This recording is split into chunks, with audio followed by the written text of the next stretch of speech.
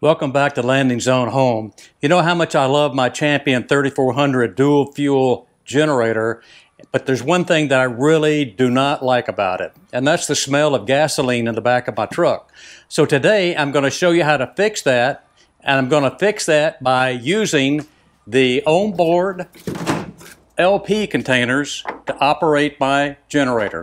Stick around. I carry the generator in the back of my pickup truck, and over time it has leaked gasoline and a little bit of oil in the bed of my truck. And if you know anything about gasoline and the odors, it only takes about a thimbleful to make a pretty good mess. So I want to figure out how to get rid of that smell, and I think I've done it. Let me show you what I think is happening. I've taken the access panel off of the generator, and you can see that the carburetor is right here, carburetor bowl, and then you have this plastic tubing, and that plastic tubing is a drain for gasoline that's in the carburetor bowl. Back behind that a few inches is another plastic tubing. You can see that back there, and I'm not completely sure what that is. Maybe if you've read the manual you'll know more than I, but I believe that's an overflow for the tank. So I'm going to surmise that the problem here is that my generator sits in the back of my truck. I live in North Florida and it gets really hot here, and I think what's happened is the gasoline has expanded and gone down those drain tubes and left a very small amount of gasoline in the bed of my truck. But it really smells very strong.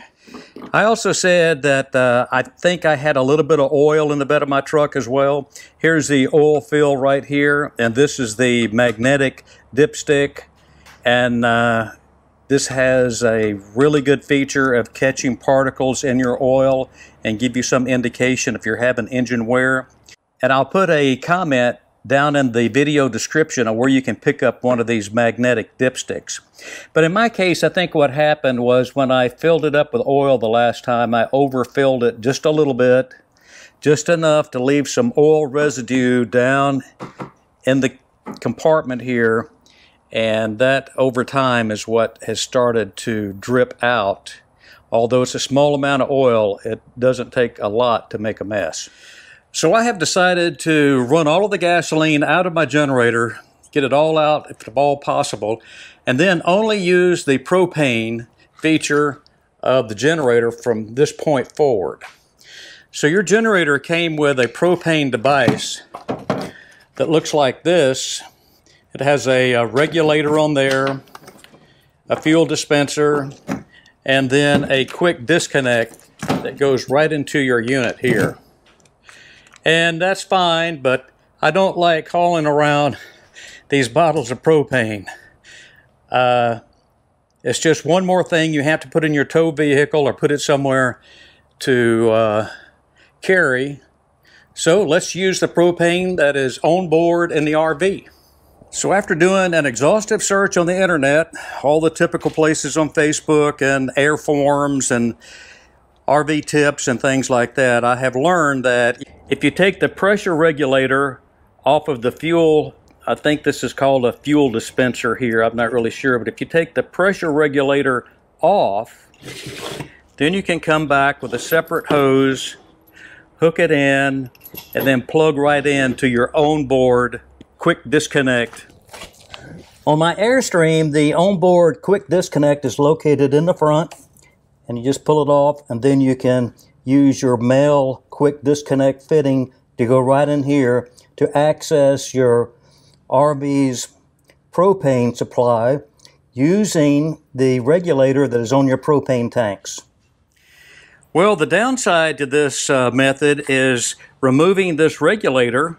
First off, it's going to void the warranty that you have, and Champion gives you a 3-year warranty on your generator. And besides, I attempted this method and I could not get the nut loose without damaging the regulator to get it off. So this method for me was out.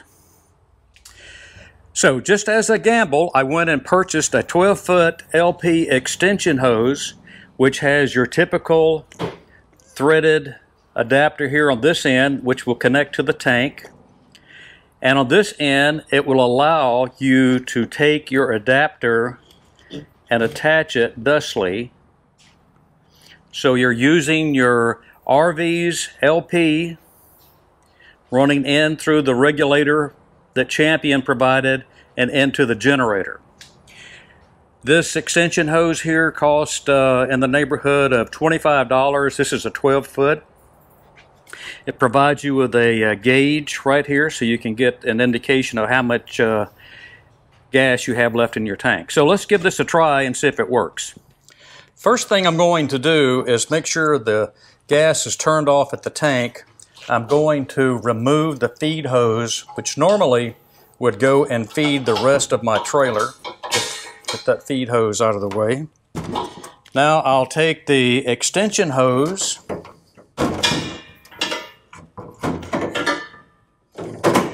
making quite a bit of noise here. I'm going to take the extension hose and connect it directly to the LP tank. Like that. Very easy. Now let's feed the hose over to the generator and hook that up. I wanted to make it clear that you have two propane tanks and you can hook your generator up to run on one while you're using the other tank to feed the rest of your RV.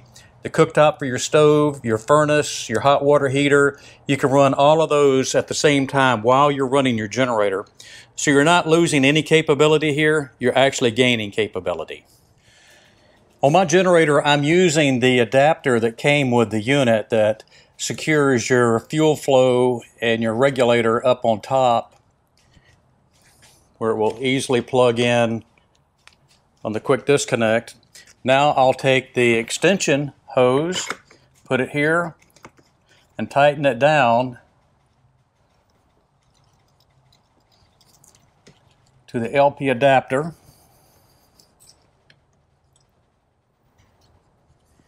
Now I'll open up the tank. I always slowly open these tanks. I understand if you open them up too quickly, sometimes you can damage a regulator. So I'm slowly going to open this. And then now back on the gauge, you can see the indicator is way up in the green, showing that there is almost a full tank there. We're hooked up. Let's go ahead and give it a try. Battery on, choke on.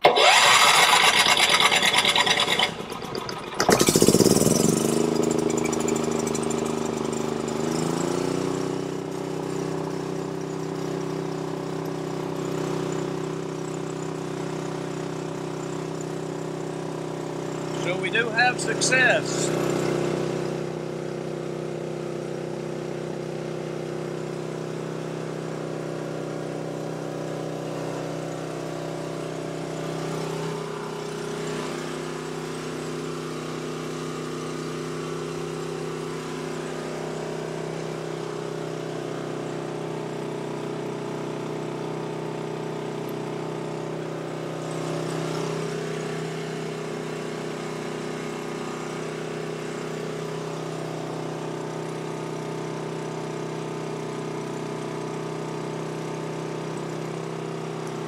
Shut off the fuel at the tank, the pressure is going down.